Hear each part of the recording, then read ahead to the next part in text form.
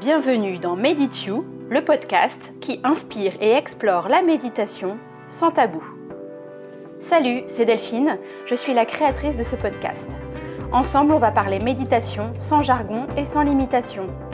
Si comme nous, tu es curieux, explorateur, que tu sois débutant ou que tu médites depuis 40 ans, tu es ici chez toi.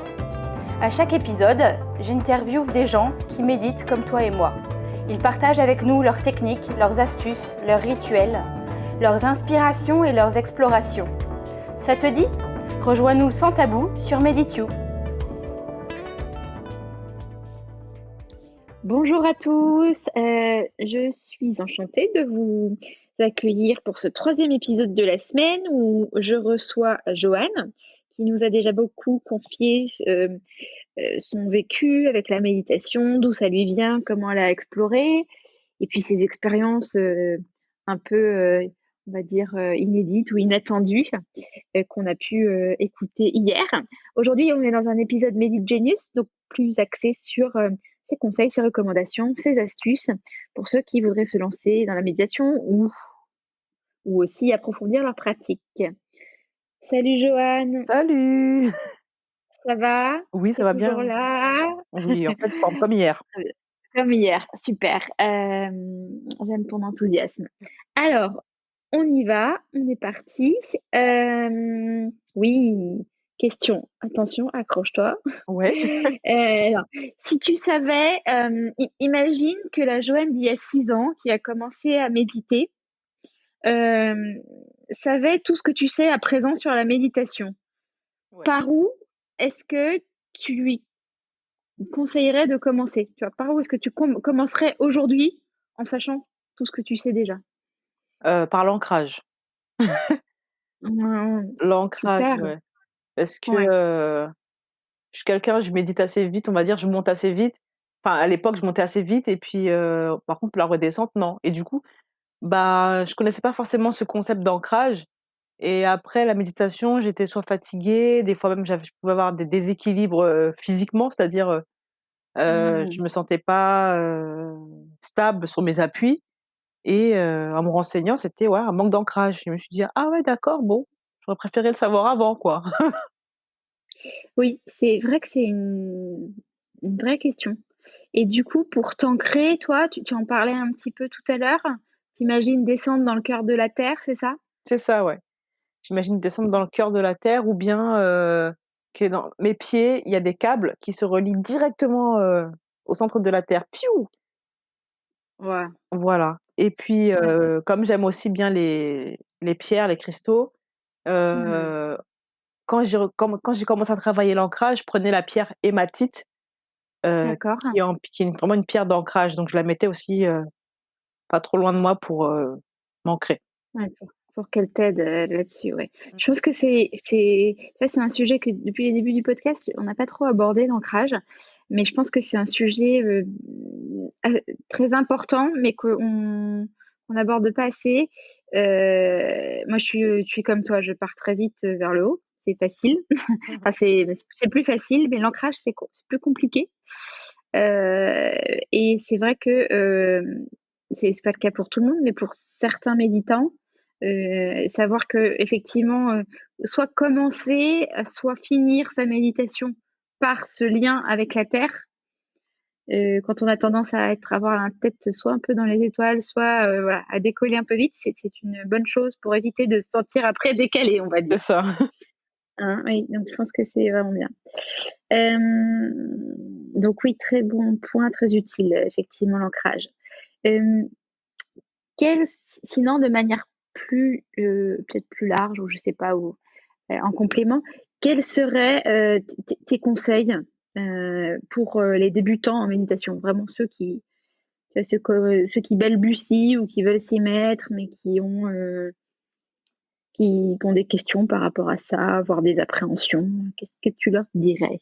Bah, le premier, c'est de savoir s'ancrer, hein, déjà, Voilà. c'est bien, c'est ça, c'est bien de partir, mais c'est bien de revenir aussi et bah, de sortir des conceptions, en fait.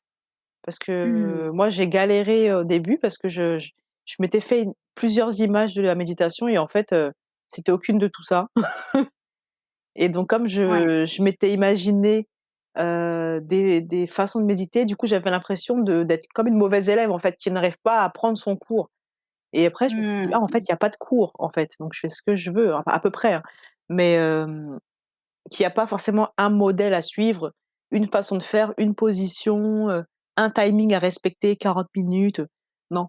Oui. Et en Mmh. sortant de tout ça, bah, en fait, c'est beaucoup plus fluide. Oui, d'accord. Et là, j'ai 2 questions qui me viennent par rapport à ça. Ça va compléter un peu ce qu'on a soulevé comme point dans le premier épisode.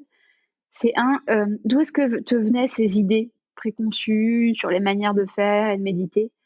D'où est-ce que ça te venait?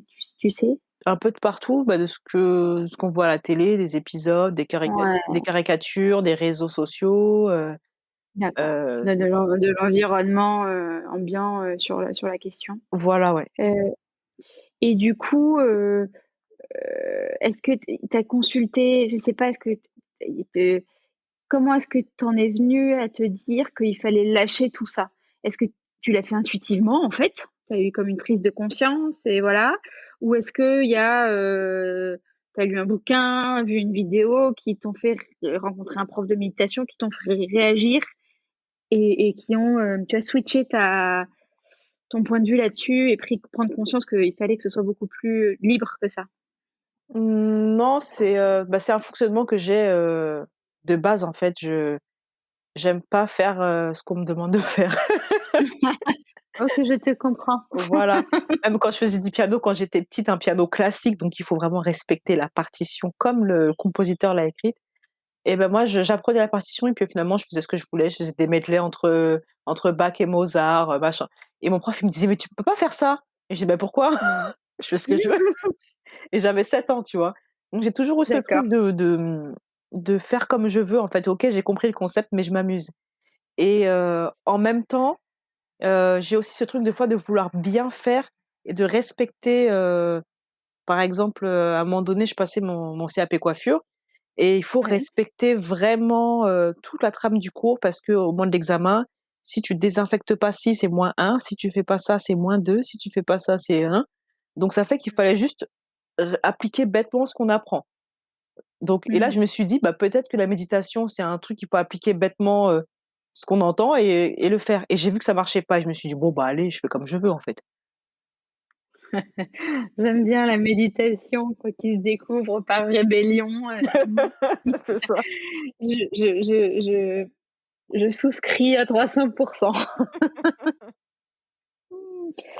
Super, est-ce qu'il y avait d'autres conseils, pour les débutants ou Non, ces 2 là, je pense qu'ils ces sont 2 là qui sont déjà très importants, ouais. ouais, ouais. Alors 2 autres petites sous-catégories de conseils que j'aime bien demander. Le conseil le plus connu ou que tu aies reçu, en matière de méditation et qui s'est avéré vrai pour toi? Le conseil le plus intuitif, le plus connu, mais qui a bien fonctionné pour toi? Ah, c'est de laisser passer les pensées, en fait. Qu'elles sont Ouais, là et qu'il faut juste pas rentrer dedans et juste les voir passer et c'est tout. comme des nuages. Voilà. Mmh. OK, super, ça c'est bien. Du coup, à l'opposé, de le conseil contre-intuitif, donc c'est vraiment le conseil, que normalement on donne pas ou plutôt on donne le conseil inverse, mais que toi tu promeus un peu ou qui en tout cas s'est avéré, fonctionner, pour toi? Hem, Ben, que c'est possible de faire autre chose en même temps. Moi, on m'a dit: «Non, tu fais la méditation, tu t'assois, tu Ouais, te mets accroupi, pas accroupi, en tailleur, d'ailleurs, ouais. et tu restes calme», et en fait, j'avais beaucoup de mal avec ça et donc je me suis rendu compte que même en faisant du hula hoop, bah, en fait, je pouvais méditer, en faisant du piano, je pouvais méditer, en faisant du dessin, bon, le dessin pas trop parce que je réfléchis quand même, mais bah, surtout par rapport au hula hoop ou bien, la musique, bah, que ça marchait aussi, en fait. D'accord, ouais, super. Mmh. Alors le hula hoop, tu as oublié de le mentionner dans l'épisode précédent, Ouais, dans c'est les vrai. trucs inédits, hein?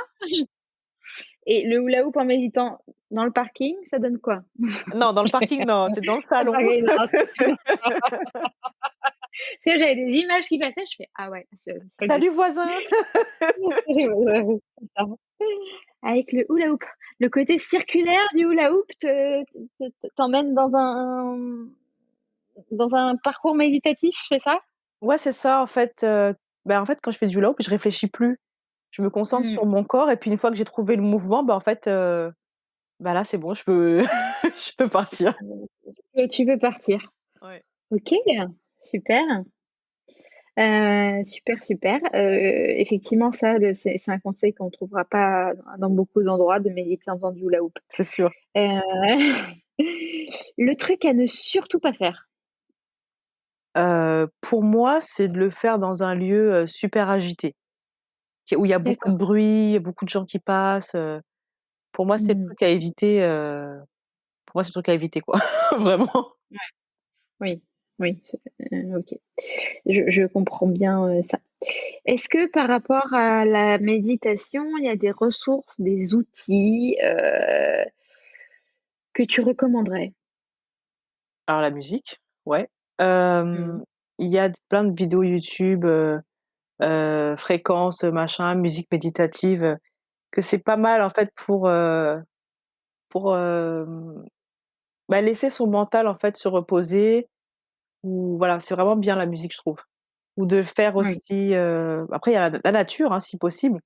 Si quelqu'un a une rivière à côté de chez soi pour entendre le bruit de l'eau, par exemple, c'est bien ouais, aussi et ouais. les cristaux, j'en parle encore. Oui, non, non, mais tu fais Ouais, bien, ouais. Il y a des cristaux c'est qui pour les gens qui sont plus sensibles, en fait, aux cristaux, c'est là que ça peut aider. d'accord, super, expérimenté. Et enfin, ma petite question, de fin que j'aime bien. Si la méditation était une potion magique, quel serait ton ingrédient, secret ou favori pour en faire une saveur, unique? Hein, hein. Ouais. Ah ah, Là, ouais, j'en oui, ai une c'est qui vient de ça. me venir, je fais: «Je peux peut-être pas le dire». Si, vas-y. Si, Si. vas-y, là, ah, je pense qu'au point où on en est, tu peux y aller. Ouais, méditer à poil. Franchement, c'est le kiff. Ah ouais? Ouais. Il faut être sûr de pas être dérangé, hein, par contre. Ouais, ouais, oui, oui, oui. Mais alors, dans quel lieu? Parce que tu vois, c'est soit dans son lit, dans son bain, enfin bon, dans son bain par définition généralement, Ouais. tu d'être en maillot de bain dans ta propre baignoire, mais hem, tu peux nous en raconter un petit peu plus pour qu'on Ouais, visualise? en visualiser, ouais. Donc ouais, dans la chambre, moi j'aime bien mettre des bougies, je mets de l'encens, quand je Ouais, peux, je mets des fleurs ou même des fausses fleurs, enfin peu importe. Je ouais. décore mon lit en fait comme si je me faisais une réception, je me reçois, voilà, je m'invite et Oh! voilà, c'est super beau, je m'invite et puis je me pose, je m'assois et je médite. Du coup, à poil. Voilà et du coup, je sais pas, c'est bien. Et ça t'apporte, c'est comme si tu te mettais plus à nu ou là je fais de la surinterprétation mentale ou c'est en termes de sensations corporelles aussi? Ouais, C'est ça qui te ouais, c'est que vraiment de sentir, de plus rien sentir en fait. Hem, du coup, j en fait, déjà, rien que le fait de préparer, en fait, la chambre pour me recevoir, c'est une façon pour moi de me mettre à la première place. Que souvent, je sais pas si c'est comme ça pour tout le monde, mais je sais que moi, des fois, je peux, considérer d'autres personnes plus importantes que moi-même, tu vois? Dans des a même mmh, au niveau de certaines attentions et du coup, je prépare le lieu comme si je recevais quelqu'un, mais c'est moi et donc ça fait: «Ah oui, c'est moi, je suis la plus importante pour moi-même» et ensuite le fait d'être nue, en fait, c'est que je me suis libre, en fait. J'ai plus de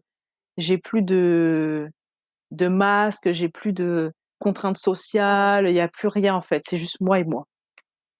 waouh, super. Ah moi je trouve ça, ça aussi c'est quand même, en dehors des sentiers Ah oui, battus. c'est Bah sûr. écoute, du coup je vais te poser encore tu en as encore d'autres des expériences comme ça? Ou parce que j'ai plus de questions mais je veux être sûre de pas louper une autre pépite. Écoute, là, je cherche, non. Non. Bien, mais écoute, merci en tout cas pour tes confidences, on Ouais. va dire. Mais j'aime beaucoup le côté se recevoir soi. Je pense que c'est quand même, hyper important et que la méditation, ça permet vraiment ça Mmh. et et aussi, le côté, effectivement, voilà, sensoriel, et le fait de se sentir libre par rapport à ça, c'est effectivement, bien. Avant qu'on clôture cet épisode, parce que demain on sera, dédié à un thème en particulier qui t'est cher, j'en indique pas plus pour l'instant. Ouais, J'ai une petite question qui s'adresse à la maman que tu es. ouais. Hem, les enfants, la méditation, tu en penses quoi? Tu as essayé? Pas du tout? Ouais, j'ai essayé. Au début, j'ai essayé une première fois, je pensais qu'ils allaient rester, immobiles et ça s'est pas du tout pas ça s'est pas du tout passé comme ça. «Maman, c'est fini? Maman, ça s'est pas du tout passé comme ça.